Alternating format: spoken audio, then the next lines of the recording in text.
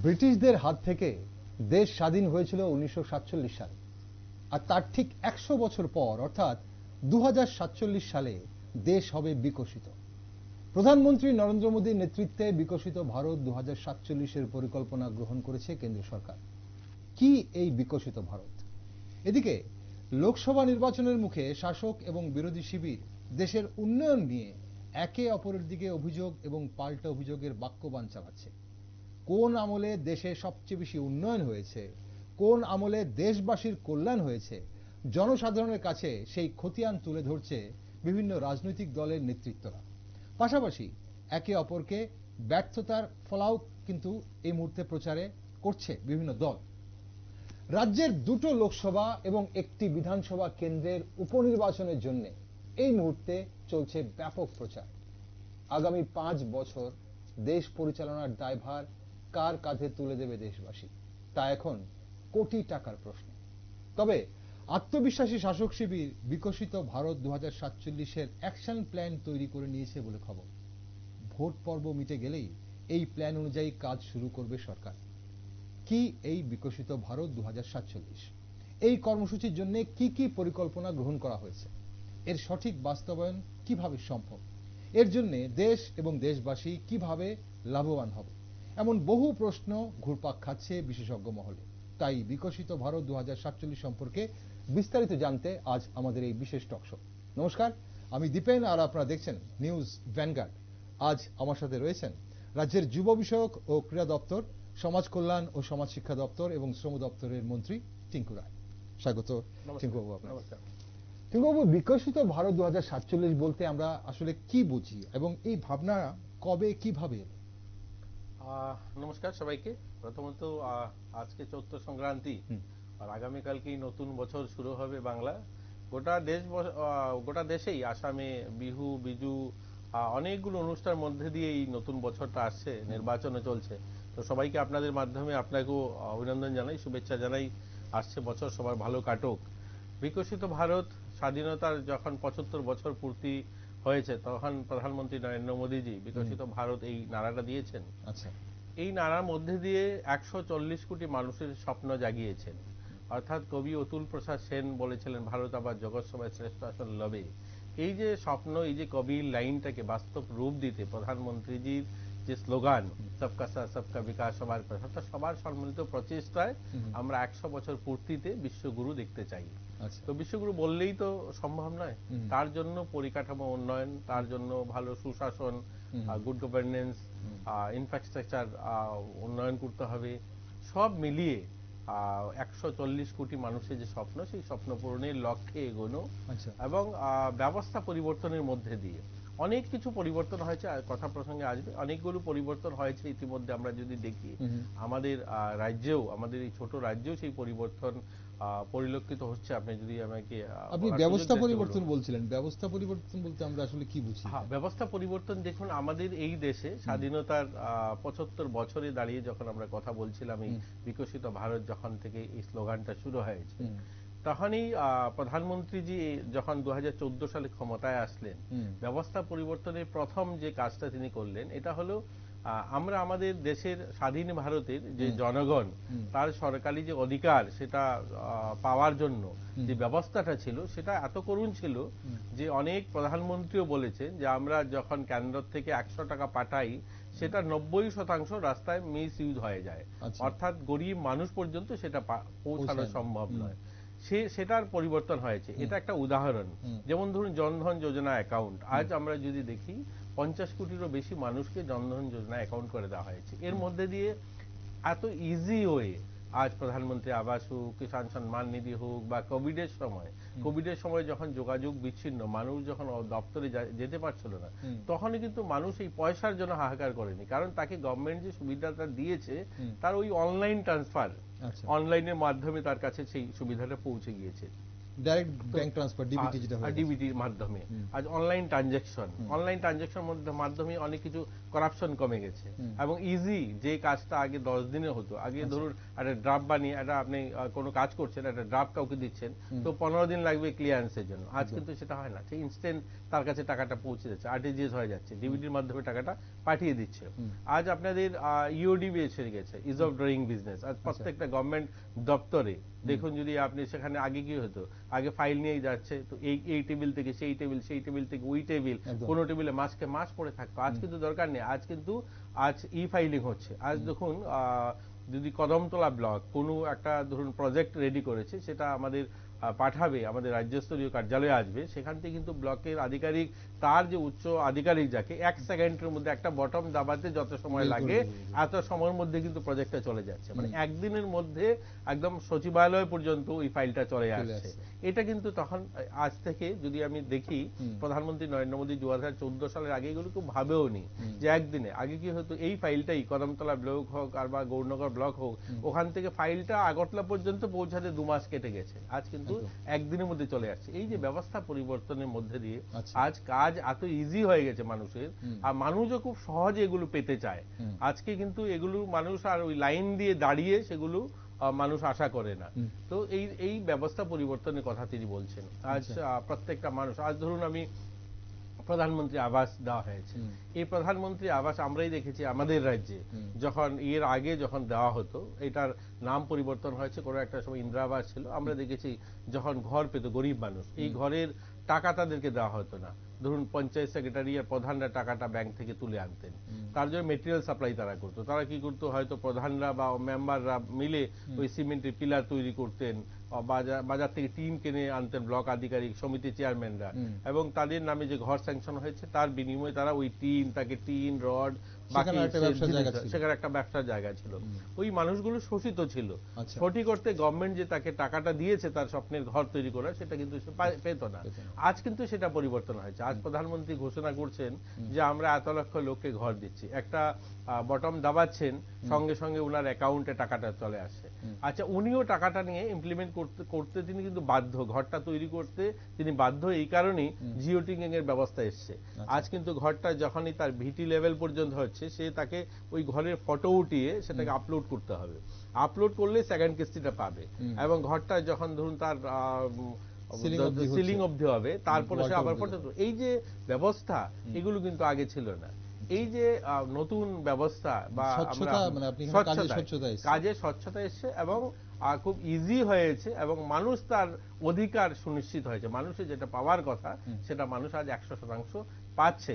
আগে যেটা বলা হতো যে টাকাটা স্যাংশন হচ্ছে কেন্দ্র থেকে, তার 10% বেনিফিশিয়ারি পর্যন্ত যাচ্ছে না, আজ কিন্তু সেটা না, আজ 100% তার কাছে পৌঁছে যাচ্ছে এবং খুব ইজি হয়ে পৌঁছাচ্ছে। এই ব্যবস্থা পরিবর্তনও কিন্তু বিকশিত ভারতের একটা পার্ট। এটাও কিন্তু আপনি যে আজ স্টুডিওতে কথা বলছি, আপনারা যখন আগে বাইরে যেতেন তখন আমরা কি করতাম, আমরা দেখতাম অভিভ্যান, বড় বড় গাড়ি নিয়ে লাইন দিয়ে যেতে হতো লাইভ টেলিকাস্ট করা। আজ কিন্তু একটা ডিভাইসের মধ্যে চলে আসছে। আজ কিন্তু এটাকেই এত আপগ্রেড হয়েছে একটা ছোট ডিভাইসের। এই যে টোটাল ব্যবস্থাটা শুধুমাত্র প্রশাসনিক নয়, প্রত্যেকটা ক্ষেত্রে টেকনোলজি, ইনফ্রাস্ট্রাকচার আর সরকারি প্রশাসনে প্রত্যেকটা জায়গায়, অর্থাৎ ইজ অফ ডুইং লাইফ, মানুষ খুব ইজিতে মানুষের জীবনযাত্রা করতে চায়, সেটা আজ এসছে। এবং টেকনোলজির মাধ্যমে সেটা আরো সহজ হয়ে গেছে এখন, এবং সেগুলো ইমপ্লিমেন্টেশন হচ্ছে বিভিন্ন সরকারি বিভিন্ন কাজে। টিঙ্কুবাবু, এই যে আপনি বলছেন যে কথাগুলো আপনি বলছেন, যে এই কাজগুলো হয়েছে, সেটা প্রধানমন্ত্রী আবাস যোজনার ক্ষেত্রে হোক বা অন্যান্য সরকারি প্রকল্পের ক্ষেত্রে হোক, এই যে ডিবিটি ডাইরেক্ট ব্যাংক ট্রান্সফার, তা তো 2014 সালে সরকার আসার পর কিছুদিন পর থেকে তা আমরা পাচ্ছিলাম। কিন্তু এখন কথা হচ্ছে যে 2047 সালে বিকশিত ভারতের লক্ষ্যগুলো কি কি, এখন এগুলো তো হচ্ছে যা অলরেডি প্রচলিত হয়ে গেছে, তাহলে 47 অবধি তাহলে কি হবে, কি পরিকল্পনা? দেখুন, সব হয়ে গেছে এরকম নয়, শুরু হয়েছে। আমরা 100% কাজ হয়েছে এটা আমি বলবো না, ঠিক আছে না, কাজ শুরু হয়েছে। এত বড় বিশাল ভারত, আমরা যে ভারতকে স্বপ্ন দেখছি, যে আমাদের বৈভবশালী ভারত কল্পনা করছি, 100% কাজ হয়েছে আমরা বলবো না। আজ ধরুন আমাদের ইনফ্রাস্ট্রাকচার, আমরা আমাদের ত্রিপুরাকে নিয়ে যদি কথা বলি, আমাদের ত্রিপুরাতে আমরা 2014 সাল আগে একটা ন্যাশনাল হাইওয়ে ছিল। আমরা যখন ধর্মনগর থেকে আসতাম, আমার বাড়ি ধর্মনগর থেকে আসার জন্য 6-7 ঘন্টা সময় লাগতো। এই বর্ষার সময় কোনো কারণে যদি মাটি ভেঙে রাস্তা বন্ধ হয়ে যায় তাহলে আপনি আসতে পারবেন, ঘুরে চলে যেতে হতো। অল্টারনেটিভ একটা রাস্তা ছিল যেটা কৈলাসহর, কমলপুর, খোয়াই হয়ে যে রাস্তাটা আছে খুব সরু ছিল, একটা গাড়ি আসলে আরেকটা গাড়ি যাওয়ার রাস্তা ছিল না। আজ দেখুন এই যে চিন্তাধারা যে না, ত্রিপুরাকেও ভারতের মানচিত্রে সেটাকেও জুড়তে হবে, এবং বিকশিত ভারত শুধু বলার জন্য নয়। আজ দেখুন 6টা ন্যাশনাল হাইওয়ে আমাদের এখানে কমপ্লিট হয়েছে, আরো 4টা আমাদের মঞ্জুরি দেওয়া হয়েছে যে আরো 4টা রাস্তা হবে। 900 কিলোমিটারের উপর রাস্তা আমাদের ত্রিপুরাতে অলরেডি হয়ে গেছে। উত্তর পূর্বাঞ্চলকে যদি দেখি আমরা, উত্তর পূর্বাঞ্চলে আমাদের ইতিমধ্যে ইনফ্রাস্ট্রাকচারে রাস্তা যেখানে 10,000 কিলোমিটার ছিল, আজকের দিনে দাঁড়িয়ে আমরা যদি দেখি প্রায় 15,000 কিলোমিটার রাস্তা আমাদের রাস্তা হয়েছে। এখন দেখুন কৈলাসহর থেকে যে আমরা ওই সরু রাস্তাটায় আগরতলা আসতাম, সেটা তো 5-6 ঘন্টা সময় লাগতো। এত সরু রাস্তা, একটা গাড়ি আসলে একটা পাশ দেওয়ার সময় নেই। কিন্তু আজকে খোয়াইয়ের একটা ছোট পার্ট হয়নি, কিন্তু বাকি পুরো রাস্তাটা হয়েছে। আমরা 2 ঘন্টা 15 মিনিটে চলে আসছি কৈলাসহর থেকে। আমার নির্বাচনী যে এরিয়া সেটা চণ্ডীপুর, তো কৈলাসহর চণ্ডীপুর একই সাব ডিভিশন, তো এখান থেকে আসতে আমার আগরতলাতে আমি 2 ঘন্টা 15 মিনিটে চলে আসছি। এই রাস্তাটা এত ডিস্টেন্স কমে গেছে চওড়া রাস্তা হওয়ার কারণে, গাড়ি যাতায়াত করতে সুবিধা হচ্ছে। শুধু এই রাস্তাটা নয়, আজকে ধরুন আপনি বিলুনিয়ার থেকে ঋষ্যমুখের যে রাস্তাটা, ঋষ্যমুখ থেকে জোলাইবাড়ির রাস্তাটা, বিলুনিয়া থেকে রাজনগরের রাস্তাটা, এই ধরনের পুরো আমি যদি গোটা ত্রিপুরাতে দেখি, আজ কাঞ্চনপুর যাওয়ার জন্য একটা সময় কাঞ্চনপুর মানে ভাবাও কল্পনা করার ছিল, আজ কাঞ্চনপুর কেন, আজ জম্পুই হেল পর্যন্ত আধা ঘন্টায় চলে যাচ্ছে মানুষ। আজকে পেচারতল থেকে জম্পুই আধা ঘন্টায় চলে যাচ্ছে, এই রাস্তা হয়েছে। আজ যদি আপনি মনুঘাট থেকে দেখুন, আজকে মনুঘাট থেকে ছামনু যাওয়ার যে রাস্তাটা, আজ সেখানে আপনি আধা ঘন্টায় চলে যাবেন। তো এইরকম স্মুথ বড় বড় রাস্তা তৈরি হচ্ছে। এটাও কিন্তু বিকশিত ভারতের একটা পার্ট, এটাও কিন্তু বিকশিত ভারতের রাস্তা। আজ এই রাস্তা, রোড কানেক্টিভিটি, আজ আমরা যদি দেখি আমাদের রাজ্য উন্নয়নে গোটা দেশের, আমি যদি আপনাকে সড়কের কথা বলি, 2014 সালের আগে 91,000 কিলোমিটার রাস্তা আমাদের ভারতে এই ধরনের সড়ক ছিল, যে বড় রাস্তা ছিল। আজকের দিনে 1.5 লক্ষ কিলোমিটার, অলমোস্ট ডবল, 9 দুগুণে 18, মানে তার ডবল থেকে একটু কম যদি আমরা দেখি রাস্তা হয়েছে। একদিকে যদি আমরা দেখি স্বাধীনতার প্রায় 60 বছর, সেখানে যদি দেখি 60-65 বছর যদি দেখি, 65 বছরের রাস্তা হয়েছে কত, 91,000 কিলোমিটার। আরেকদিকে যদি দেখি শুধুমাত্র 10 বছরে বাকি রাস্তা হয়েছে প্রায় 60,000 কিলোমিটার হয়েছে রাস্তা। গ্রামীণ সড়ক যদি দেখুন 3,80,000 কিলোমিটার ছিল আগে, এখন সেটা 7,60,000 কিলোমিটার রাস্তা হয়েছে গ্রামীণ সড়ক। তো এইরকম শহরের বড় রাস্তা যেমন হয়েছে, ছোট রাস্তা হয়েছে। তো এটাও বিকশিত ভারতের কিন্তু একটা পার্ট। রেলওয়ে কানেক্টিভিটি, আপনি যখন বিকশিত ভারত বলবেন তখন কিন্তু সবকিছু আসবে সেটাতে। যোগাযোগ ব্যবস্থা যখন বলবেন তখন প্লেন হবে, তখন রেলওয়ে হবে, তখন আজ রেল যদি দেখুন আমাদের এই ভারতেই 21,000 কিলোমিটার 2014 সালের আগে আমাদের ভারতে বিদ্যুতায়ন রেল ছিল, যেখানে ইলেকট্রিক রেল দৌড়াতো। আজকের দিনে দাঁড়িয়ে 61,000, মাত্র 3 গুণ বেড়েছে। অর্থাৎ যেখানে ছিল 21,000 কিলোমিটার, আজ সেখানে 61,000 কিলোমিটার বিদ্যুতায়ন রেল হয়েছে। আমাদের ত্রিপুরাতে দেখুন না, আমার বাড়ি ধর্মনগর, 1964 ধর্মনগর রেল এসছে। এই যে কাজ করার ধরন, এই যে ব্যবস্থা পরিবর্তন, কাজ করার ধরন, মানে টাইম বন্ড কাম। আগে কি হতো, টেন্ডার হয়েছে, পরিকল্পনা গ্রহণ করা হয়েছে, হবে কাজ, কবে হবে তার কোনো নির্দিষ্ট সময়সীমা ছিল না। 1964 ধর্মনগর রেল এসছে। এই রেলটা 25 বছর পর, অর্থাৎ 1989 কুমারঘাটে রেলটা এসছে। এই রেলের দূরত্ব হচ্ছে 30 কিলোমিটার, অর্থাৎ 30 কিলোমিটার রাস্তা তৈরি হতে সময় লেগেছে আপনাকে কত বছর, 25 বছর। ওই রেলটা ধীরে ধীরে মিটার গেজ রূপে আগরতলা পৌঁছেছে, সেটা 2000, মানে সে তখনও সেই এনডিএ গভর্নমেন্ট যখন তৈরি হয় কেন্দ্রে, রামবিলাস পাসওয়ান রেল মন্ত্রী হন, তারপরে ফান্ড দেওয়া হয়, এটা ধীরে ধীরে এসে আগরতলাতে। কিন্তু 2014 সালের পরের পরিবর্তনটা দেখুন, আগরতলা থেকে সাবরুম অবধি নতুন রাস্তা পুরোটা হয়ে যায়। এই 2014 সালের পর আগরতলা থেকে বদরপুর 350 কিলোমিটারের বেশি, প্রায় বোধহয় 360 কিলোমিটার হবে, এই রাস্তাটা ব্রডগেজ হয়ে যায়। এবং ব্রডগেজ শুধু নয়, আজ 18-19 খানা রেল ভারতবর্ষের বিভিন্ন প্রান্তে যায়। এই যে টাইম বন্ড কার্ড সময়ের মধ্যে আমরা যদি, এটা কিন্তু আজ হয়নি, এটা 2019-এই কমপ্লিট হয়ে গেছে সাবরুম অবধি, অর্থাৎ 5 বছর সময়ের মধ্যে এই পুরো রাস্তাটা ব্রডগেজ হয়ে যায় 350 কিলোমিটার। আরেকদিকে যদি দেখি আমরা 30 কিলোমিটার রাস্তা 25 বছর সময় লেগেছে। এই যে কাজ করা, টাইম বন্ড কাম বেঁধে দেওয়া, এই সময়ের মধ্যে করতে হবে। ওই যে ব্যবস্থা পরিবর্তন মোদীজি বলছেন, এটাও ব্যবস্থা পরিবর্তন একটা পার্ট, যে আজ যাদেরকে যে কাম দেওয়া হবে, সেটা সরকারি আধিকারিক হোক আর রাজনৈতিক নেতারা হোক, যারা মন্ত্রীরা হোক, তাদেরকে টাইম বেঁধে দেওয়া হচ্ছে, এই সময়ের মধ্যে এই কাজ কমপ্লিট করতে হবে। আজ প্রধানমন্ত্রী আবাস দেওয়া হবে, এর মানে সারা জীবন নয়, তার একটা টাইম লিমিট বেঁধে দেওয়া হয়েছে, বলা হয়েছে এতদিনের মধ্যে কমপ্লিট করতে হবে। আজ জলের কানেকশন, আমাদের বাড়িতে জল জীবন মিশনে জলের কানেকশন দেওয়া হচ্ছে, এরকম নয় সেটা সারা জীবন দেওয়া হবে। তিনি বলছেন 2024-এর মধ্যে 100% বাড়িতে জলের কানেকশন পৌঁছাতে হবে। এই যে টাইম বন্ড কাম আজ মানে সময়সীমা বেঁধে দেওয়া হয়েছে, তার মধ্যে কাজ কমপ্লিট করতে হবে। এই ব্যবস্থা পরিবর্তনের মধ্যে দিয়েই বিকশিত ভারতের রাস্তা তৈরি হবে, এই বিকশিত ভারতের লক্ষ্যে আমরা এগোতে পারবো। এখন তাহলে ব্যাপারটা হচ্ছে যে বিকশিত ভারত বলতে আমরা এখন ভারত তো বলা হতো যে ভারত ডেভেলপিং কান্ট্রি, এবং সেখানে বিকশিত ভারত যখন আমরা বলছি, তাহলে কি আমরা একটা ডেভেলপড কান্ট্রিকে আমরা সেখানে প্রজেক্ট করছি? আমাদের লক্ষ্যমাত্রাকে সেখানে টোটালি ডেভেলপড হয়ে যাওয়া কান্ট্রি একটা, বাস আমরা ডেভেলপমেন্ট কান্ট্রি আমরা বলছি, কিন্তু আমরা সেভাবে যদি দেখি 2014 সালের আগের ভারতটাকে যদি দেখি, আমাদের এখানে মানুষের যে মৌলিক চাহিদা, মানুষের যে সাধারণ মানুষের যে বেসিক যেগুলো নিড ছিল, অন্ন বস্ত্র শিক্ষা স্বাস্থ্য, যেগুলো একদম গরিব মানুষের যেগুলো দরকার ছিল, সেই জিনিসগুলো কিন্তু কোনো গভর্নমেন্ট তখনকার সময় সেগুলো করে উঠতে পারেনি। আজ বিকশিত ভারত বললেই, ডেভেলপমেন্ট কান্ট্রি বললেই তো হবে না, তার একটা মাপকাঠি, তাকে একটা গরিব মানুষ, তার ঘর, তার জল, তার শিক্ষা ব্যবস্থা, সেগুলো তো পূরণ করতে হবে। প্রধানমন্ত্রী নরেন্দ্র মোদী যে আসার পর 10 বছরে আমরা বলতে পারি 25 কোটি মানুষকে গরিবী রেখার উপরে তিনি তুলেছেন, দরিদ্র সীমার উপরে তিনি উঠিয়ে এনেছেন। তাহলে বলবেন কি করে উঠিয়েছেন? আজ দেখুন গরিব মানুষ যারা, আজ কিন্তু যাদের প্রধানমন্ত্রী আবাসের মাধ্যমে তাদেরকে জল দেওয়া হয়েছে, আজ তাকে প্রধানমন্ত্রী ঘর দেওয়া হয়েছে, জল জীবন মিশনের মাধ্যমে জল দেওয়া হয়েছে, তাকে ইলেকট্রিসিটি দেওয়া হয়েছে। আজ তাদেরকে আমাদের ভারতে স্বাস্থ্য, এটা একটা বিশাল বড় বিষয় ছিল। আমরা দেখতাম আগে গরিব মানুষ যারা গ্রামে থাকতেন, তার জীবনের জমা পুঁজি ভাঙিয়ে তাকে চিকিৎসা করাতে হতো। কোনোদিন কোনো গভর্নমেন্ট ভাবেনি ওই গরিব মানুষ চিকিৎসা, হ্যাঁ স্বাস্থ্য পরিষেবা হয়তো হসপিটাল হয়েছে, কিন্তু এই হসপিটালে সমস্ত সুবিধা পাবো এরকম না। গ্রামীণ হসপিটালে তো যারা রেফার হতো হয়তো আগরতলাতে, কিন্তু আগরতলার পর তার আর কোনো ব্যবস্থা ছিল না। সেখান থেকে যদি বাইরে যেতে হয় তাকে, আমি ত্রিপুরার কথাই বলছি, বাইরে গেলে তাকে কি হবে? তার জমা পুঁজি, সে সরকারি কর্মচারী যদি হয় পিএফ এর পয়সা তুলতে হবে, আর যদি গরিব মানুষ হয় জায়গা বিক্রি করে যেতে হবে। এটাই ছিল ব্যবস্থা।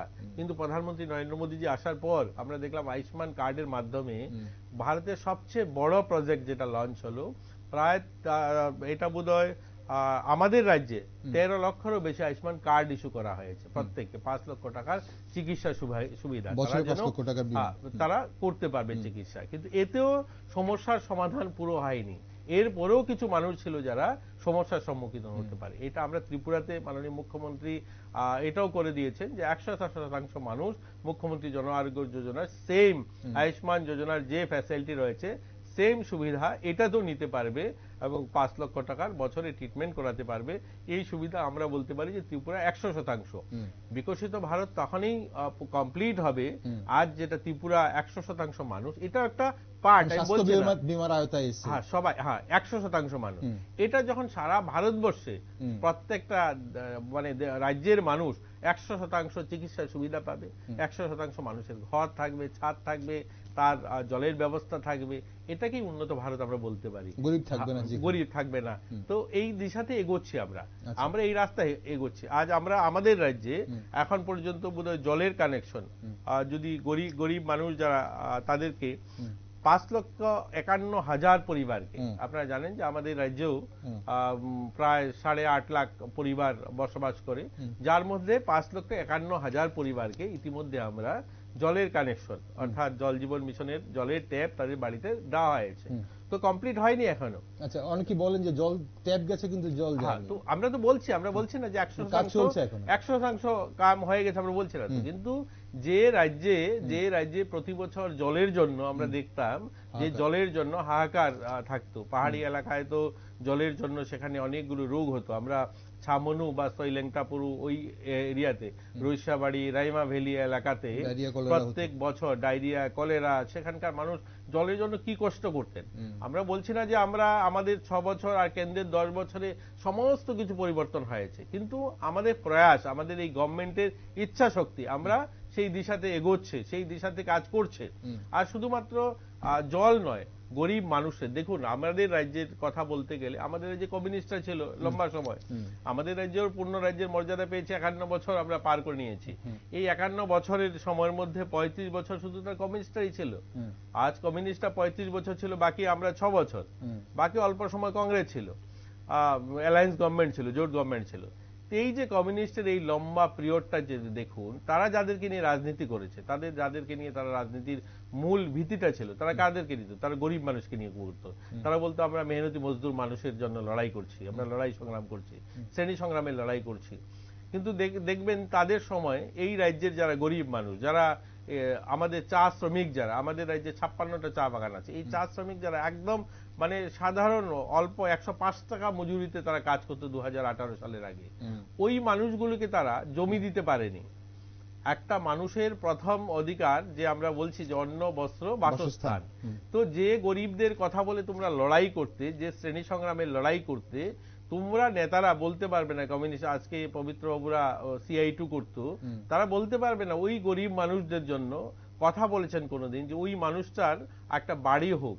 এই বাড়ি না হওয়ার, জমি না থাকার কারণে কি হয়েছে, এদের ছেলেমেয়েরা বাইরে পড়াশোনা করতে পারেনি, পড়াশোনা করে তারা বেরিয়ে আসতে পারেনি বাগান থেকে। কারণ বেরিয়ে কি করে আসবে? যদি বাগান থেকে বেরিয়ে অন্য কোনো কাজ করে, তাহলে বাগান খালি করে দিতে হবে তাকে।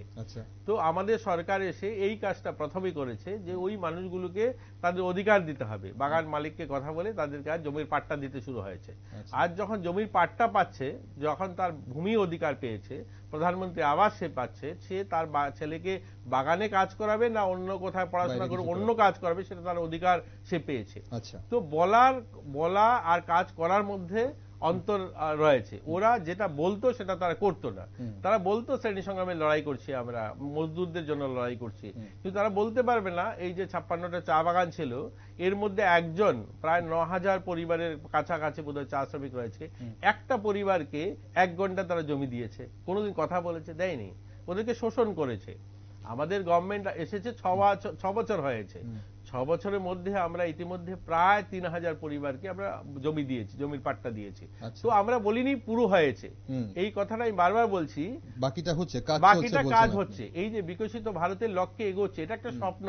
বিকশিত ভারত আমাদের 140 কোটি মানুষের স্বপ্ন। আমরা দেখছি আমাদের ভারতকে যে আমরা বিশ্বগুরু আমরা নির্মাণ করতে চাই, সেই স্বপ্নে আমরা এগোচ্ছি, সেই স্বপ্নের দৌড়ে আমরা, আমাদের প্রধানমন্ত্রী আমাদেরকে কমসে কম স্বপ্নটা দেখিয়েছেন।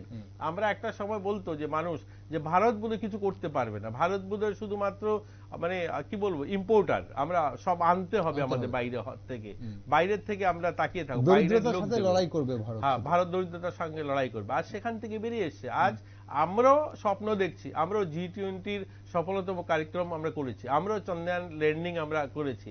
আজ শুধু গবেষণা নয়, সার্বিকভাবে আজকের জেনারেশনে আমি আপনাকে যদি বলি, এই যে মোবাইল ফোনটা, আপনি যদি 2014 সালের আগে চলে যান, তখন দেখবেন আমাদের ভারতে যে মোবাইল বিক্রি হতো, তার শতকরা 80টা মোবাইল বিদেশ থেকে আসতো, অর্থাৎ শতকরা 80টা মোবাইল আমরা বিদেশ থেকে আনতাম। আজকে মোবাইল আমরা বিদেশ থেকে আনি না, আমরা বাজারে যে মোবাইল বিক্রি হয়, যার মধ্যে শতকরা 96টা মোবাইল আমাদের ভারতে তৈরি মোবাইল আমরা বিক্রি করি, 4টা মোবাইল বাইরের থেকে আসে। লাস্ট ইয়ার অর্থাৎ 2022-23 যে ফাইন্যান্সিয়াল ইয়ার, আমরা সর্ববৃহৎ এক্সপোর্টার পৃথিবীর 90,000 কোটি টাকার মোবাইল আমরা রপ্তানি করেছি। অর্থাৎ যে ভারত একটা সময় শতকরা 80টা মোবাইল বাইরের থেকে আনতাম, আমরা ইম্পোর্ট করতাম, ওই স্বপ্নের ভারত যে প্রধানমন্ত্রী বিকশিত ভারতের স্বপ্ন দেখিয়েছেন, আজ সে ভারত আজ পৃথিবীর সর্ববৃহৎ এক্সপোর্টার মোবাইল। আজ আমরা শতকরা 96টা মোবাইল আমরা বাজারে বিক্রি করছি, আমরা মোবাইল দিতে পারছি। এটা পরিবর্তিত ভারত, আজ স্বপ্নের ভারত, আমরা যে বিকশিত ভারতের কথা বলছি। এরকম কথা বললে অসংখ্য বিষয় আমি বলতে পারবো আপনাদেরকে, যেগুলো আজকের দিনে প্রধানমন্ত্রী আমাদেরকে স্বপ্ন দেখিয়েছেন, শুধু নয় আমরা সেটা করতে শিখিয়েছেন। এখানে একটা প্রশ্ন জাগে যে এই যে স্বপ্নটা 2047 যে বিকশিত ভারতের স্বপ্নটা প্রধানমন্ত্রী দেখেছেন এবং যারা আপনারা রয়েছেন, এটা এই লক্ষ্যে পৌঁছানোর দায়িত্বটা কার? আর এখানে এই বিকশিত ভারতের এই পরিকল্পনা বা এই যে স্বপ্নের মধ্যে যুবরা কোথায় দাঁড়িয়ে আছে? দেখুন, এই স্বপ্নটা, ভারত একটা বড় যুব শক্তি, আজকের দিনে আমরা বলতে পারি যুবদের একটা বড় রোল রয়েছে, যুবরা একটা বড় ভূমিকা। প্রধানমন্ত্রী বলছেন, প্রধানমন্ত্রী কিন্তু আপনি যদি স্বাধীনতার 75 বছর পূর্তি উপলক্ষে যে তিনি ভাষণটা দিয়েছিলেন, সেখানে তিনি বলেছেন যে এই মুহূর্তে আমাদের সবচেয়ে বড় যে শক্তি সেটা হচ্ছে আমাদের যুব শক্তি এবং আমাদের জনসংখ্যা। একটা সময় আমাদেরকে বলা হতো আমাদের জনসংখ্যাই নাকি আমাদের গরিবী বা আমাদের সমস্যা। তিনি বলছেন না, এই জনশক্তি হচ্ছে আমাদের ক্যাপাসিটি, আমাদের সবচেয়ে মজবুত জায়গা। এবং এই জনশক্তি থাকার কারণে কি হবে, আমাদের বিশাল বড় চাহিদা, আমাদের বিশাল বড় মার্কেট, আমাদের প্রয়োজন অনেক কিছুর। এটাকে আমরা যদি কাজে লাগাতে পারি, তাহলে আমাদেরকে ওই বিকশিত ভারত নির্মাণে কেউ আটকাতে পারবে না। এটা দেখুন, ছোট আমি যদি একটা উদাহরণ দিই, একটা সময় কি হতো, গোটা পৃথিবী বাজার আমাদের দিকে তাকিয়ে থাকতো। এই যেমন আপনাকে মোবাইল আমি একটা এক্সাম্পল দিলাম। আজ কি হয়েছে, আমরা তাদেরকে রপ্তানি, আমাদের ম্যান পাওয়ার এত বেশি। দেখুন, আমাদের ভারতে এই যে পোলিও ভ্যাকসিন আর টিটিনাস ভ্যাকসিন, আমি এই ডাটাটা এনেছি। পোলিও ভ্যাকসিন 1950 সালে তৈরি হয়েছে, এটা ভারত পেয়েছে 1985 সালে। এবং টিটিনাস ভ্যাকসিনটা তৈরি হয়েছে 1924 সালে, ভারত পেয়েছে 1978 সালে। আপনি যদি দেখুন, কোভিডের সময় আমাদের দেশেই ভ্যাকসিন তৈরি হয়েছে। আমরা আমাদের 1 বছরের মধ্যে, কোভিডের 1 বছরের মধ্যে ভ্যাকসিন তৈরি হয়ে আমরা এই 140 কোটির দেশের মানুষকে আমরা নিজেরা ভ্যাকসিন নিয়েছি, পাশাপাশি আরো 100টা দেশকে আমরা ভ্যাকসিন দিতে পেরেছি। এই যে করার ক্ষমতাটা, এর টিম লিডার হচ্ছেন মোদিজি। করেছে সবাই, আমাদের এখানে যারা সায়েন্টিস্টরা, যারা ডাক্তাররা, যারা মেডিকেলে কাজ করছেন, সবাই মিলে করেছি। কিন্তু একজন লোক তো চাই স্বপ্ন দেখানোর, যে স্বপ্নটা মোদিজি দেখিয়েছেন, যে আমরা করতে পারি, ইচ্ছা শক্তি থাকতে হবে। এরকম অনেকগুলো কাজ, যুদ্ধের যে সরঞ্জাম, যে মেটেরিয়াল গুলো, এগুলো আমাদের ভারতে 2014 সালের আগে আমরা 2000 কোটি টাকার এক্সপোর্ট করতাম। কিন্তু আমরা যদি দেখি বর্তমানে সেটা রপ্তানি প্রায় 13,000 কোটি টাকা। আমাদের রাজ্যে চলে আসুন, আমরা এই ছোট রাজ্যে, একদম ত্রিপুরা মাত্র 40 লাখ মানুষের একটা ছোট্ট রাজ্য, আমাদের রাজ্যে শুধু আমরা আমদানি করতাম। একটা রাজ্য স্বনির্ভর বা আত্মনির্ভর বলা বা আর্থিকভাবে সেই রাজ্য স্বাবলম্বী হচ্ছে, সেটা কখন বোঝা যাবে? তখনই বোঝা যাবে যখন সেখানে তার আমদানি কমবে, রপ্তানিটা বাড়বে, অর্থাৎ আমরা বাইরের থেকে আমাদের এখানে টাকা আসতে শুরু করবে। 2017 এবং 18 যে ফাইন্যান্সিয়াল ইয়ার, তখন আমাদের রাজ্য থেকে এক্সপোর্ট প্রায় আমরা 400 কোটি টাকা আমরা ইম্পোর্ট করতাম বাংলাদেশ থেকে, আর এক্সপোর্ট করতাম 6 কোটি টাকার। অর্থাৎ বাংলাদেশ থেকে শুধুমাত্র আমরা জিনিস কেনাকাটা করতাম, আমাদের এখানে রপ্তানি ছিল না, যেতই না। কিন্তু আজকের দিনে দাঁড়িয়ে আমরা 250 কোটি টাকা রপ্তানি করছি। এর মানে কি? এর মানে বোঝায় যে আমাদের এখানেও, আমাদের যুব শক্তি, যুব সমাজ, আপনি যেটা বললেন যুবরা কি করবে, আমাদের এখানেও বিভিন্ন সেক্টরে উৎপাদন ক্ষমতা বেড়েছে। আমাদের এখানেও সেটা এগ্রিকালচার সেক্টর হতে পারে, সেটা ইন্ডাস্ট্রিতে হতে পারে, সেটা অন্যান্য বিভিন্ন সেক্টরে। অর্থাৎ একটা সমাজ ব্যবস্থা চলতে গেলে যতগুলো বিষয়ে কাজ হয়, প্রত্যেকটা সেক্টরেই একটু একটু একটু একটু যোগদান বেড়েছে, সবাই নিজেদের কন্ট্রিবিউশন দিয়েছে। এর জন্য আজ আমাদের রাজ্য উৎপাদন ক্ষমতা বেড়েছে। আমরা অন্য একটা দেশে আজ আমরাও এক্সপোর্ট করতে পারছি, আমরাও 250 কোটি টাকাতে এসেছি। তো একটা সময় যেখানে ছিল শুধুমাত্র আমরা আমদানি করতাম, রপ্তানি ছিল না, আজ কিন্তু আমাদের রাজ্য থেকেও রপ্তানি হচ্ছে, আমরাও 250 কোটি টাকা বাইরের থেকে এসছে আমাদের এখানে। এর মানে যাই কিছু হয়েছে, সেটা এগ্রিকালচার সেক্টরে হোক আর ইন্ডাস্ট্রিতে হোক, যে উৎপাদন করতে গেলে সেখানে মানুষের ইনভলভমেন্ট ছিল, সেখানে কলকারখানা, ফ্যাক্টরি সব মিলিয়ে সেখানে উৎপাদন হয়েছে, তো সেগুলো আমরা এক্সপোর্ট করেছি।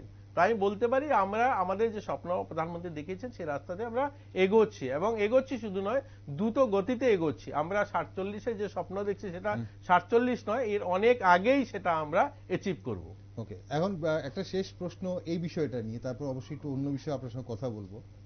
যে এই যে বিকশিত ভারতের স্বপ্ন বলছেন আপনি, বা এই যে এটা পরিকল্পনা, 2047 সালে আপনি ভারতকে কোথায় দেখছেন? এবং 2047 সালে রাজ্যকে, আমাদের এই ছোট্ট পার্বত্য রাজ্য ত্রিপুরাকে আপনি কোথায় দেখছেন? আর দেখুন, একটাই যে স্বপ্ন নিয়েই আমরা আছি, আমরা ভারতকে বিশ্বগুরু দেখতে চাই। আর সে তারই একটা ছোট্ট সিপাহী বলতে পারেন, আমরা চাই আমাদেরও জন্য যোগদান সেখানে থাকে। আর আমরা আমাদের রাজ্যকেও আমরা বলতে পারি যে উত্তর পূর্বাঞ্চল নয়, ভারতের ছোট রাজ্যগুলোর মধ্যে একটা স্বনির্ভর রাজ্য আমরা দেখতে চাই। আমাদের কষ্ট হয় যখন আমরা দেখি যে আমাদের মতো অন্য রাজ্য, অনেকগুলো রাজ্য, হয়তো আমরা অনেকগুলো সেক্টরে আজ প্রথম স্থানে এসে গেছি, আমরা ভালো কাজে অনেকগুলো ইমপ্লিমেন্ট যেগুলো সরকারি বিভিন্ন স্কিম, সেগুলো আমাদের এখানে খুব ভালো হয়। কিন্তু যখন আমরা দেখি কোনো প্রজেক্ট যখন আমরা হাতে নিই, তখনই আমরা কেন্দ্রের দিকে তাকিয়ে থাকতে হয়। কেন্দ্র টাকা দেবে, অর্থ মঞ্জুরি দেবে, তারপরে সেটা প্রজেক্টটা নেব, সেটা কাজটা করতে হবে। কারণ আমরা সেভাবে আর্থিকভাবে স্বনির্ভর হতে পারিনি, আমাদের এখানে সোর্স অফ ইনকাম নেই গভর্নমেন্টের। কিন্তু সেটাও আমাদের বাড়াতে হবে। প্রত্যেকটা রাজ্য যখনই স্বনির্ভর হবে, অর্থাৎ প্রত্যেকটা পরিবার যখন স্বনির্ভর হবে, তখন তার গ্রাম স্বনির্ভর হবে। প্রত্যেকটা গ্রাম যখন স্বনির্ভর হবে, ওই জেলা স্বনির্ভর হবে। প্রত্যেকটা জেলা স্বনির্ভর হলে রাজ্য স্বনির্ভর হবে। পুরো রাজ্যগুলো যখন স্বনির্ভর হবে, তখন দেশ স্বনির্ভর হবে এবং বিকশিত ভারত সম্পূর্ণ হবে। তো আমরাও সেই দিশাতে কাজ করছি। আমাদের রাজ্যের ইনকাম বাড়ানো, প্রত্যেকটা নাগরিকের রোজগার বাড়ানো, প্রত্যেকটা মানুষকে যেন সম্মানের সঙ্গে তার যে অধিকার সেটা নিয়ে যেন সে মাথা উঁচু করে বাঁচতে পারে, কারো কাছে যেন হাত পাততে হয় না। ওই একটা স্লোগান ছিল, হয়তো আমরা ভুলে গেছি, আর সেটা 6 বছর হয়েছে, তার জন্য সেগুলো যে আমরা অবহেলিত, লাঞ্ছিত, আমরা বঞ্চিত, এই কথাগুলো মানুষ আজ ভুলে গিয়েছে। আমরা ওই স্বাভিমানী, আমরা আত্মনির্ভর, আমরা স্বাভিমানী মানুষ, এই কথাগুলো আসতে হবে। তো সেই দিশাতে এগোচ্ছে আমাদের রাজ্য। আমি যেগুলো বলেছিলাম যে আমাদের রাজ্যে এক্সপোর্ট বেড়েছে, উৎপাদন ক্ষমতা বেড়েছে, আমাদের যুবরা কাজ করছে। আজ মহিলারা দেখুন, আমাদের এই রাজ্যে আজ একটা দেশ যখন উন্নয়ন করবে, সেখানে আপনি যেমন বলছেন যুবরা, মহিলারও আত্মনির্ভর হতে হবে, মহিলারও স্বনির্ভর হতে হবে। তো আজকে মহিলাদের জন্য দেখুন এই সরকারের যে পরিকল্পনা, কেন্দ্রে যেমন 33% মহিলা আরক্ষণ নিয়ে এসছেন। মহিলা আরক্ষণ শুধু নিয়ে এসেছেন, করে দেখিয়েছেন। আজ একজন জনজাতি মহিলা আজ রাষ্ট্রপতি হয়েছেন। আজ যদি দেখি আমাদের ভারতের যে আর্থিক ব্যবস্থা, যিনি অর্থমন্ত্রী, মানুষ বলতো যে ব্যবসা বাণিজ্য মহিলাদের দ্বারা সম্ভব হবে না, বা আর্থিক বিষয়টা মহিলারা বুঝবে না, কিন্তু আজ গোটা ভারতের যে অর্থ ব্যবস্থা তিনি দেখছেন, তিনি মহিলা। আজ আমাদের নেই, তিনি হয়তো আজ বিদেশমন্ত্রী সুষমা স্বরাজ বিদেশমন্ত্রী ছিলেন। আজ শুধুমাত্র মহিলাদেরকে বলার জন্য নয়, আরক্ষণ করে দেখিয়েছেন। আজ দ্রোণ দিদি বলছেন প্রধানমন্ত্রী, আজ মহিলাদেরকে কৃষি ক্ষেত্রে মহিলা যেন ইনভলভ হয়, তাদের জন্য আধুনিক আজ দ্রোণ ব্যবস্থা করে দিয়েছে। যে কাজটা 1 ঘন্টা লাগবে, যেখানে হয়তো ঔষধটা স্প্রে করতে কোনো ক্ষেতে জমিতে, সেখানে যেন সেটা অল্প সময়ের মধ্যে করা যায় আধুনিক পদ্ধতিতে, দ্রোণের মাধ্যমে। দ্রোণ দিদি বলছেন, লাখপতি দিদি বলছেন। লাখপতি দিদি বলার জন্য নয়, সেটা করে দেখিয়েছেন। আমরা আমাদের রাজ্যে যদি দেখি, আজ 2018 সালের আগে অনেকেই আমাকে দেখছেন এই আপনাদের টকশোর মাধ্যমে, কমিউনিস্ট বন্ধুরা, আমি তাদেরকেও বলছি যে আসলে ভাবুন একবার আপনারা নিজেরা, 2018 সালের আগে আমাদের রাজ্যে এই যে স্বাবলম্বী মহিলাদের গ্রুপ, এই যে গ্রুপগুলো, কত গ্রুপ ছিল? 4500 গ্রুপ ছিল এই রাজ্যে, স্বসহায়ক দলের গ্রুপগুলো। আজকে 50,000-এরও বেশি গ্রুপ তৈরি হয়েছে। আজ এই 50,000 গ্রুপের মধ্যে 80,000-এরও বেশি মহিলারা যারা স্বনির্ভর হয়েছে। আজ 50,000 গ্রুপের মাধ্যমে প্রায় 4 লাখেরও বেশি মহিলারা ইনভলভ হয়েছে, কিন্তু তার মধ্যে 80,000, আমি বলছি না সবাই স্বাবলম্বী হয়েছে, গভর্নমেন্ট তাদেরকে সাহায্য করছে। গভর্নমেন্ট 1-2 কোটি টাকা নয়, এই 6 বছরের মধ্যে তাদেরকে প্রায় 1000 কোটি টাকার উপরে, 1000 বোধহয় 300 কোটি টাকা তাদেরকে ইতিমধ্যে সাহায্য করেছে। এই এত বড় অ্যামাউন্ট সরকার তাদেরকে ফান্ড দিচ্ছে। এদের মধ্যে থেকে প্রায় আমরা যদি দেখি 80,000 মহিলা আজ স্বনির্ভর হয়েছে, যারা লাখপতি হয়েছে, যারা নিজেরা কিছু করছে। তো সরকার প্রত্যেকটা ক্ষেত্রে আজ যুবদের জন্য বলছেন। যুবরা শুধুমাত্র কলকারখানা, ফ্যাক্টরি নয়, আজ যদি দেখুন স্টার্ট আপ, আজ আমাদের ভারতে 1 লক্ষেরও বেশি স্টার্ট আপ শুরু হয়েছে। এই স্টার্ট আপ শব্দটাও প্রধানমন্ত্রী বলছেন যে আমরা কেন কিছু করতে পারবো না। আজ স্টার্ট আপ, নতুন নতুন স্টার্ট আপ, আজ আমাদের রাজ্যে অনেকগুলো স্টার্ট আপ শুরু হয়েছে। আজ মাই গভ যে আমাদের পোর্টালটা চলছে গভর্নমেন্টের, আমাদের ত্রিপুরা ছেলেরা তৈরি করেছে। আমরা গর্ব করি যে আমাদের রাজ্যেরও ছেলেমেয়েরা নতুন নতুন স্টার্ট আপ তৈরি করছে। আজ আমাদের যে স্টার্ট আপ শুরু হয়েছে, আজ যুবদের দেখুন খেলো ইন্ডিয়া, আজ আমাদের ভারতে 90টারও বেশি খেলো ইন্ডিয়া নিজেদের সেন্টার রয়েছে, যেখানে স্পেশাল কোচিং ট্রেনিং দেওয়া হচ্ছে। খেলাধুলায় একটা সময় তো এরকম ছিল, বিকশিত ভারত কথাটা এত বিশাল পরিধি তার, প্রত্যেকটা গোটা সেক্টরে ভারতকে নিয়েই তো ব্যাপারটা আজকে হচ্ছে। খেলাধুলায় দেখুন, আমি ছোটবেলা থেকে যখন টিভির পর্দায় খেলা দেখতাম, আমরা যখনই অলিম্পিক হতো বা অন্যান্য এশিয়ান গেমস হতো, আমরা টিভি খুললেই প্রথমেই দেখতাম যে একদম লাস্টের দিক থেকে 4টা-5টা উপরে হয়তো ভারত রয়েছে, অর্থাৎ 200-300 দেশ খেলছে, সেখানে ভারতের মানটা সেই 30-40 ওই নিচের দিক থেকে, একটা ব্রোঞ্জ বা একটা রূপো হ্যাঁ, বা অংশ নেই। হ্যাঁ, মানে সবচেয়ে কম ওগান্ডা, নাইজেরিয়া, কেনিয়া, ওই ছোট ছোট দেশগুলো আমাদের রাজ্য থেকেও, মানে অর্থাৎ ভারতের ছোট অনেক রাজ্য থেকে জনসংখ্যা কম সেই সমস্ত দেশে, অথচ তারাও 6 নম্বর, 7 নম্বর, 5 নম্বরে দাঁড়িয়ে থাকতো। আমরা দেখতাম জাপান, আমেরিকা, চীন, ওই এই দেশগুলো থাকতো প্রথম, হ্যাঁ, ওই দেশগুলো উপরে থাকতো। কিন্তু আজকে দেখুন, এই গত বছর যখন এশিয়ান গেমস হয়েছে, এটা প্রথম ভারতের হয়েছে যে 100-র উপরে মেডেল জিতেছে, 100টার উপরে মেডেল জিতেছে ভারত সেই এশিয়ান গেমসে। এই প্যারা হয়েছে কিছুদিন আগে, এশিয়ান প্যারা হয়েছে, 111টা মেডেল জিতে এনেছে। এটা পরিবর্তন হয়েছে। এই যে আমরা স্বপ্নের ভারত দেখছি না, বিকশিত ভারত, সেই দিশাতে এগোচ্ছে। আজ আমাদের রাজ্যের ছেলেমেয়েরাও সেগুলো অ্যাচিভ করছে। আমাদের রাজ্যের ছেলেমেয়েরাও মেডেল আনছে, ন্যাশনাল লেভেলে, ইন্টারন্যাশনাল লেভেলে মেডেল নিয়ে আসছে। তো আমরা প্রত্যেকটা ক্ষেত্রে প্রধানমন্ত্রী যোগদান দিচ্ছেন যে সবাই মিলে সবকা সাথ সবকা বিকাশ, এর জন্য এই নারাটা সবকা সাথ সবকে বিকাশ, সবার প্রয়াস, অর্থাৎ সবার সম্মিলিত প্রচেষ্টাই আমরা বিকশিত ভারত নির্মাণ করব। ঠিক বাবু, এখানে একটা প্রশ্ন জাগে এবং ঠিক এই মুহূর্তে প্রশ্নটা আমার কাছে মনে হয় খুব প্রাসঙ্গিক, কারণ লোকসভা নির্বাচনে, অষ্টাদশ লোকসভা নির্বাচনে ঠিক মুখে দাঁড়িয়ে আপনারা যখন বিকশিত ভারতের কথা বলছেন, প্রধানমন্ত্রীর স্বপ্নের কথা বলছেন, তাহলে কি আপনারা নিশ্চিত যে আপনারা তৃতীয়বার ক্ষমতায় আসছেন? আপনাদের এই পরিকল্পনা যদি ক্ষমতায় না আসেন তাহলে তো থমকে যাবে, তাহলে আপনারা ধরেই নিয়েছেন যে আপনারা ক্ষমতায় আছেন? দেখুন, এখানের মধ্যে কোনো কিন্তু পরন্তু নেই। আজকেবার 400 পার আমাদের সহযোগী দলদেরকে নিয়ে, এটা নিয়ে কোনো ধরনের কিন্তু পরন্তু নেই।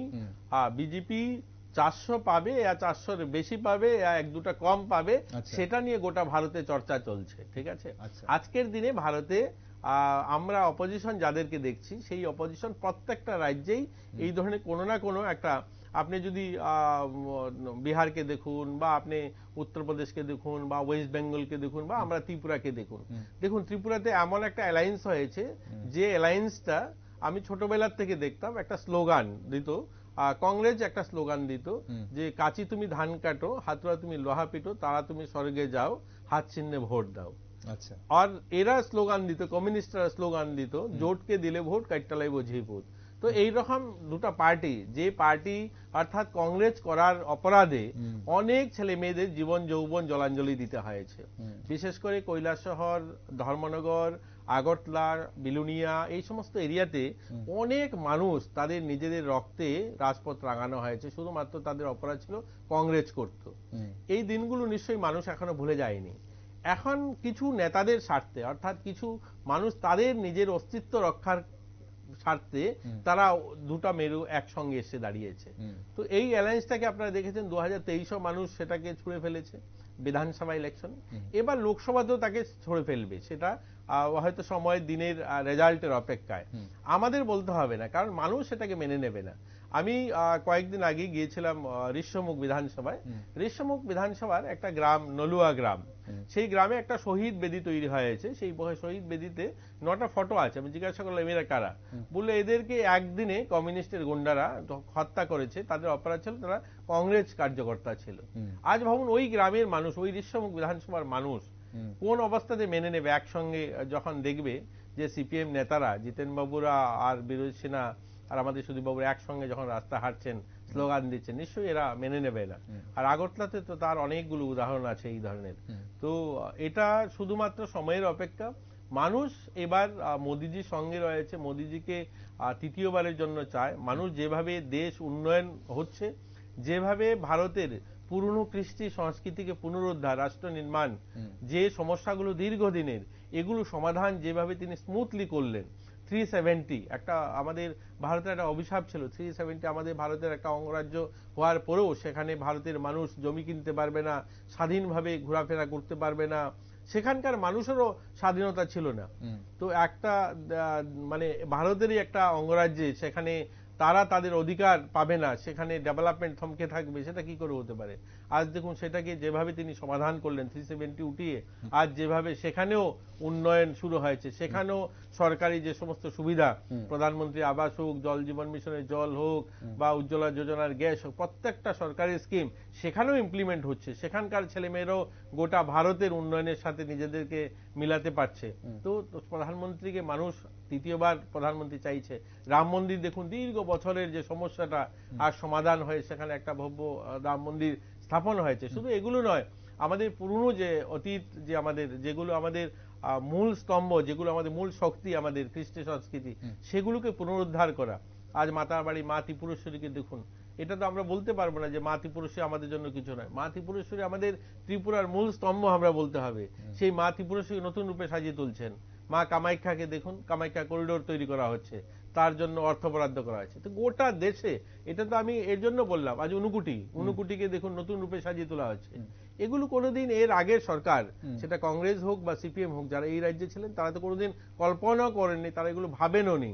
তো এটা ত্রিপুরা, আমি বলছি, আজ উনুকুটি হোক, মা ত্রিপুরেশ্বরী হোক, আসাম কামাখ্যা হোক, কাশী বেনারস হোক, এটা গোটা ভারতের আমাদের যে কৃষ্টি সংস্কৃতি, আমাদের যে ধরোহর, যেগুলো আমরা স্থাপত্য, সেগুলোকে পুনরুদ্ধার করা, সেগুলোকে আবারও তার যে উজ্জ্বল অধ্যায় ছিল সেগুলো মানুষের কাছে তুলে ধরা, গোটা পৃথিবীর মানুষের কাছে তুলে ধরা, এগুলো আজ কিন্তু প্রধানমন্ত্রী করে দেখিয়েছেন।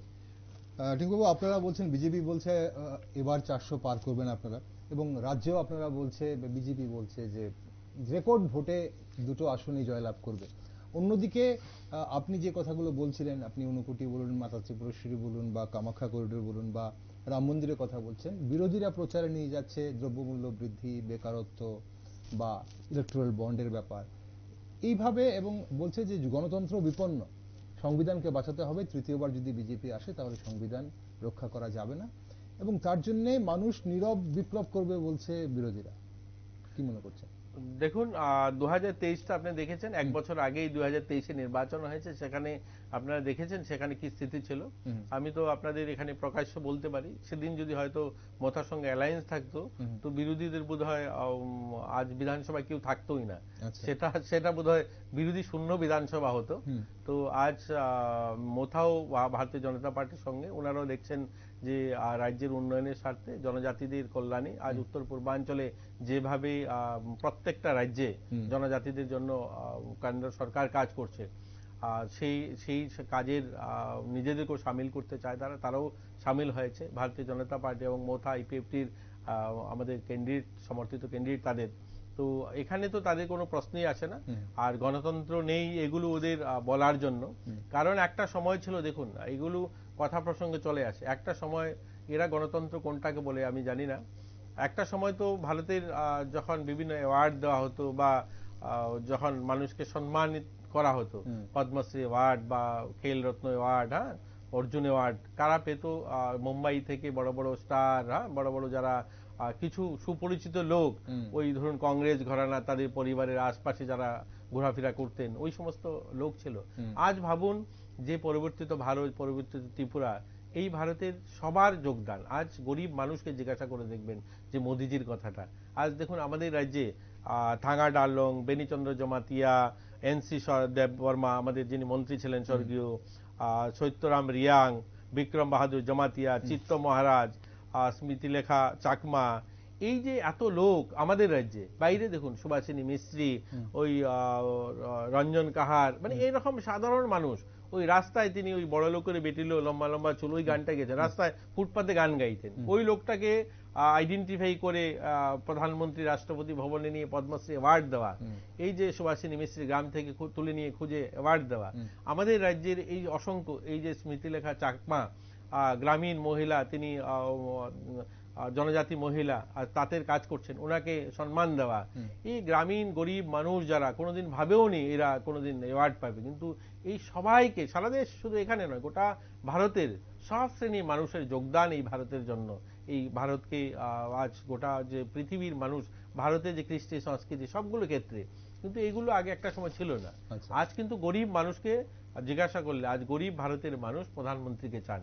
আজ কৃষক যারা, দেখুন কিষাণ সম্মান নিধি, আমাদের রাজ্যে কৃষকদের জন্য যদি বলি আমি, গরিব কৃষকদের জন্য কিষাণ সম্মান নিধি, ধান কেনারে কৃষকদের জন্য কৃষি বীমা চালু করা, ফসল বীমা চালু করা, কিষাণ ক্রেডিট কার্ড দেওয়া, কৃষি বিকাশ কেন্দ্র খোলা, কৃষক বন্ধু সেন্টার খোলা, অর্থাৎ প্রত্যেকটা শ্রেণীর মানুষকে, যুব, মহিলা, কৃষক, প্রত্যেকটা শ্রেণীর মানুষকে আত্মনির্ভর করে তোলার জন্য, প্রত্যেকটা মানুষকে স্বনির্ভর করে তোলার জন্য পরিকল্পনা গ্রহণ করেছেন। এত ভারতবর্ষের মানুষ আজ মোদিজির সঙ্গে, ভারতবর্ষের মানুষ এর আগেও দেখেছেন আপনার মধ্যপ্রদেশ ইলেকশন হয়েছে, রাজস্থানে ইলেকশন হয়েছে, তারা তখনও বলেছিল একচাটিয়া ভারতীয় জনতা পার্টির পক্ষে ছিল মানুষ। তো এবার ছত্তিশগড়ে ইলেকশন হয়েছে, ভারতীয় জনতা পার্টির পক্ষে ছিল। এতে তারা কি বলল সেগুলো মানুষ মেনে নেবে না। কারণ আমি একটা বললাম, তাদের যে আতাত করেছে, যেখানে সারা তারা যাদের সঙ্গে অ্যালায়েন্স করেছে, দেখুন দিল্লিতে কেজরিওয়াল জেলে আছেন, অর্থাৎ গোটা মানে দেশে যেখানে যেখানে তাদের অ্যালায়েন্স বা তাদের পার্টনাররা, তাদের স্থিতি সবাই দেখছে। আমি কয়েকদিন আগে ওয়েস্ট বেঙ্গলে গিয়েছিলাম প্রচারে, ঝাড়গ্রামে, কি গরিবি সেখানে মানুষ, এরকম অসংখ্য মানুষ হয়েছে, হাতি ঘর ভেঙে দিয়েছে, 6 বছর 7 বছর হয়েছে, একটা ঘর দিতে পারেনি তাদেরকে, তার একটা থাকার ব্যবস্থা দিতে পারেনি। তো এই ধরনের যারা শাসন চালাচ্ছে এদেরকে মানুষ মেনে নেবে না। আর আমাদের এখানে যে অ্যালায়েন্স হয়েছে সেটা তো মানুষ 2023-এ এদেরকে ছুড়ে ফেলে দিয়েছে।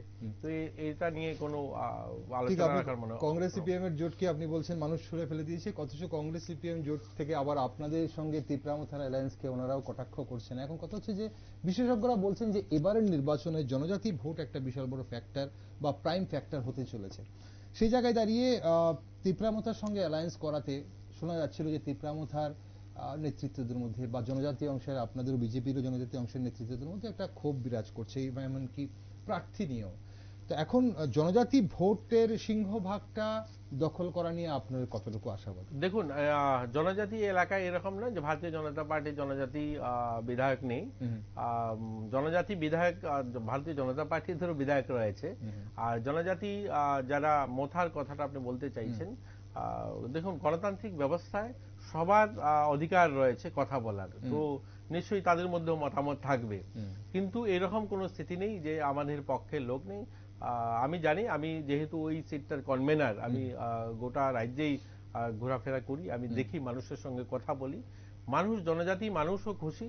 আর আমরা যাকে প্রার্থী করেছেন, প্রধানমন্ত্রী যাকে মনোনীত করেছেন, কৃতি সিং দেববর্মা মহোদয়া, যিনি রাজবাড়ির রাজকন্যা, তিনি এখানকারই কন্যা, তিনি, ওনার পরিবার রাজনীতিতে নতুন এরকম নয়। এটা একটা তাদের কংগ্রেস যারা করেন বা কমিউনিস্ট যারা, তারা অপপ্রচার এর আগেও রাজবাড়িকে নিয়ে করেছেন, এখনো তারা করছেন। কিন্তু এই পরিবারেরই আমরা জানি, এখানে কিরিট বিক্রম কিশোর মানিক্য সাংসদ ছিলেন, এখানেই বিভু কুমারী দেবী রাজ্য সরকারের মন্ত্রীও ছিলেন এবং তিনিও সাংসদ ছিলেন, এদেরই কন্যা। তো এখানে তিনি চেনেন না বহিরাগত বা বাইরের, এটা তো কোনো প্রশ্নই আসে না। এটা নিয়ে এরা যারা করছে, এটা এদের অপপ্রচার। এই পরিবারের বিশাল যোগদান রয়েছে আমাদের রাজ্যে, আমাদের পাহাড়ি এলাকা সহ আমাদের ত্রিপুরা রাজ্যের এই নির্মাণ উন্নয়নের। আমরা মহারাজা বীর বিক্রম কিশোর মানিক্যকে আধুনিক রূপকার বলি। আমাদের সরকার আসার পর ওনার মূর্তি স্থাপন, এয়ারপোর্টের নামকরণ সহ সরকারি ছুটি ঘোষণা, অনেক কিছু করেছে। তো এই ত্রিপুরা রাজ্যের নির্মাণে ওনাদের অনেক যোগদান রয়েছে। তাদের পরিবারেরই একজনকে ক্যান্ডিডেট করেছেন প্রধানমন্ত্রীজি। তো এটা নিয়ে কোনো ধরনের সন্দেহ জনজাতি এলাকায় নেই। হ্যাঁ, কিছু লোক হয়তো ব্যক্তিগত স্বার্থে তাদের বিরোধিতা থাকতেই পারে, আর এটা গণতান্ত্রিক ব্যবস্থায় থাকাটা বাঞ্ছনীয়, থাকতেই পারে, তার নিজের অধিকার থাকতে পারে। কিন্তু সেখানে নিয়ে এর জন্য কংগ্রেস বা সিপিএম খুশি হওয়ার কোনো কিছু নেই। তাদেরকে মানুষ গ্রহণ করছে না, তাদেরকে মানুষ গ্রহণ করবে না, এটা ত্রিপুরা রাজ্যের মানুষ পরিষ্কার করে নিয়েছে। কারণ জনজাতি এলাকায় যদি অনুন্নয়ন হয়ে থাকে, আজকে যে কথাগুলো সামনে আসে, ত্রিপুরা মথার যে বিষয়গুলো ছিল, ত্রিপুরা মথার বিষয় ছিল যে আমাদের জনজাতি এলাকায় তাদের যে তাদের উত্থানটা ছিল জনজাতি এলাকাতে যে ধরনের পরিকাঠামো হওয়া চাই, জলের ব্যবস্থা হওয়া চাই, ইলেকট্রিসিটির ব্যবস্থা হওয়া চাই, বা তাদের অধিকার তারা সেভাবে পায়নি। তো তার জন্য বিজেপি দায়ী নয়। বিজেপি তো 6 বছর হয়েছে এই রাজ্যে, যদি পাহাড়ে জনজাতি এলাকায় জলের কল আগের থেকে বসানো থাকতো, এরকম নয় যে বিজেপি আসার পরে কল তুলে নিয়ে এসছে, এরকম নয় জনজাতি এলাকা ভালো স্কুল স্থাপন করেছে আর সেখানে বিজেপি আসার পর সেটা খুলে নিয়ে এসছে, এরকম নয় তো। বিজেপি আসার পর শুরু হয়েছে কাজ। কিন্তু যারা 35 বছর শাসন করলো, এর আগে যারা ছিল, যে অ্যালায়েন্সে যারা কংগ্রেস যারা ছিল, তারা সেখানকার মানুষকে উন্নয়ন হতে দেয়নি বা সেখানকার মানুষের উন্নয়নের কথা নিয়ে ভাবেনি। এটা জনজাতি মানুষ বুঝে এই রাজ্যের। এই রাজ্যের জনজাতি মানুষরা বুঝে যে ভারতীয় জনতা পার্টি সরকার, কেন্দ্রে মোদীজি সরকার, মোদীজি সরকার শুধু নয়, এর আগে অটল বিহারী বাজপেয়ী সরকার, আজ জনজাতি কল্যাণ মন্ত্রণালয় প্রথমই শুরু হয় ভারতীয় জনতা পার্টি সরকারের আমলে। কোনোদিন কংগ্রেস সিপিএম জনজাতিদের উন্নয়ন হোক সেটা তারা চায় না। আজ দেখুন বোর্ডিং স্কুল, যে একলব্য বিদ্যালয় বোর্ডিং স্কুলগুলো, এই আমাদের রাজ্যে এত বছর পরেও 6টা স্কুল ছিল, আজ আমাদের সরকার আসার পর 6 বছর 18খানা স্কুল তৈরি হচ্ছে। ভারতীয় জনতা পার্টি চায় শুধুমাত্র মথা আমাদের সঙ্গে অ্যালায়েন্সে এসছে তার জন্য কথা বলছি এরকম নয়। আজ মহারাজা বীর বিক্রম কিশোর মানিকের জন্মদিনকে ছুটি ঘোষণা করা, আজ মোথা আমাদের সঙ্গে এসছে এর জন্য হয়নি, আগেই আমরা করেছি। আজ আমরা একলব্য বিদ্যালয়ে যে মডেল স্কুল আজ তৈরি হয়নি, সেগুলো কিন্তু এর আগেই ঘোষণা হয়েছে, আগেই ভারতীয় জনতা পার্টি আসার পরেই শুরু হয়েছে। একদম একদম। একটা শেষ প্রশ্ন, সময় ফুরিয়ে যাচ্ছে টিঙ্কুবাবু। আছে এখানে কেন্দ্রে বিজেপি তৃতীয়বার ক্ষমতায় যদি আসে, রাজ্য কিভাবে লাভবান হবে এবং রাজ্যের মানুষ দুটো আসন বিজেপিকে কেন দেবে? দেখুন, সেম গভর্নমেন্ট যদি থাকে, প্রথমত হচ্ছে দেশ যেভাবে এগোচ্ছে আমরাও তার অংশীদার হতে চাই, আমরাও তার অংশী। আর কেন্দ্রে আর রাজ্যে যখন একটা সমগভর্নমেন্ট থাকে, অবভিয়াসলি কাজটা করাতে যে কোনো স্কিম, যে কোনো কিছু ইমপ্লিমেন্ট করতে খুব ইজি, সহজ হয়। যেহেতু আমাদের সমগভর্নমেন্ট, সেখানে যে কোনো স্কিম দিলে পরে। আর উত্তর পূর্বাঞ্চলকে প্রধানমন্ত্রী, আমি যেভাবে বললাম আপনাকে, আগে আমাদের এখানে 10টা এয়ারপোর্ট ছিল আমাদের উত্তর পূর্বাঞ্চলে, আজকের দিনে 15টা এয়ারপোর্ট তৈরি হয়েছে আমাদের এখানে এই নর্থ ইস্টে। আজ এরকম একটা দুটা ঘটনা নয়, অনেকগুলো রাজ্যের উত্তর পূর্বাঞ্চলে যে এরকম কাজ হয়েছে। তো আমরা কেন লাভবান হব না? এর আগেও আমি আপনাকে বলছি দাঁড়ান, উত্তর পূর্বাঞ্চলে যেমন আমাদের 10,000 কিলোমিটার সড়ক ছিল, জাতীয় সড়ক, এখন 15,000 কিলোমিটার হয়েছে। উত্তর পূর্বাঞ্চলে দিকে প্রধানমন্ত্রী এত ফোকাস করছেন। এখানে আগে 60টা, আমাদের উত্তর পূর্বাঞ্চলে 60টা বিমানবন্দর ছিল, আজ 17টা বিমানবন্দর হয়েছে। মানে 10 বছরে 10টা বিমানবন্দর উত্তর পূর্বাঞ্চল পেয়েছে।